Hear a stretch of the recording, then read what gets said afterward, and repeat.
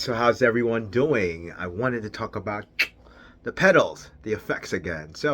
I primarily do not use pedals, and I kind of thought a little bit about it. I've experimented with pedals. I've included a couple of them on this channel here and there, but for the most part, I'm a clean player. The pedals that I own a couple of pedals. I own delay pedal, overdrive pedal, and maybe a reverb pedal somewhere. But for the most part, I've always bought pedals, used them, and then put them away.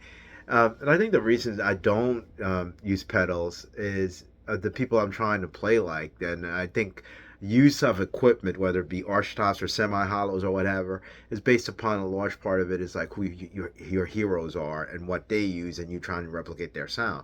I mean, for the most part, I think of like things like people like Kenny Burrell, obviously Wes Montgomery, George Benson, Tal Farlow, Jimmy Rainey, all of those guys. Um, they all sounded different. Wes Montgomery didn't sound like George Benson's tone, nor did he sound like Grant Green's tone. But these guys were basically, chord in the jack of the guitar to an amp, and this is going straight to a Henriksen. There's nothing in between. And I'd say 99.9% of the videos I play, unless one of the amps does not have a reverb on it. And once in a while, I'll mess around with like delay, which I kind of like sometimes, and sometimes I just think it's too ambient from that perspective. But despite the fact that these guys went straight from from guitar jack input to the amp, they all sounded different. Okay, so I don't think you need a pedal to sound different. The difference is going to come from your hands. I sound different today than I probably would have sounded 3 weeks ago because my nails have gotten longer. So these are longer. Okay, so the attack is different. It's a little bit crisper. It's not that it's even better. Sometimes I'll put Alaska picks on. Sometimes I won't have the nails on and things like that. But your touch is what's going to determine that. And like I said, those players that I reference, they went straight in. It's just like simplicity, straight no chaser. I don't think you're a better guitarist if you don't use pedals, because I listen to Bill Frisell. I think he's an amazing guitarist. Ben Monder, people like that. They all use a certain level of delay or some types of effect. And Kurt Rosewinkle, all of those guys, they use it, and they're amazing guitars. So it's just really what you're trying to sound like. And sometimes even those guys, I may not even like their tone, but I like what they're doing, the quality of the work that they're putting out, the way that they're improvising, and things of that nature. And there are things I can learn from that.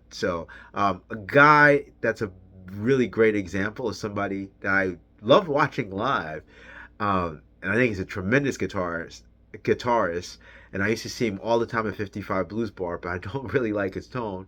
Was none other, wait for it, he played a telly, Mike Stern. I never liked Mike Stern's sound for some reason. You either like it or you don't, but I love Mike Stern's playing. It was incredible. I just loved it. But and I mean, something about that dual stuff, stereo playing and the chorus stuff. I mean, it didn't sound like a traditional guitar sound. But I love his lines. I love his playing, and I saw him a lot at 55 bar when it was open in New York City. So you don't necessarily have to love somebody's tone to like their playing. Usually, though, if I like your tone, I'm gonna like your playing. Okay. What is it? Renee Thomas. Love that man's tone. Straight no chaser. Underrated guitarist. A lot of people don't know him, but yeah, he plays a guild or played a guild and stuff. Just again, straight no chaser. Just plug in straight. That's the jazz that I like. That's the jazz that I grew up with. That's why I like arch tops to a certain extent. And even though I'm playing this kind of 535, 335 kind of copy, or the Heritage, I shouldn't say it's a copy.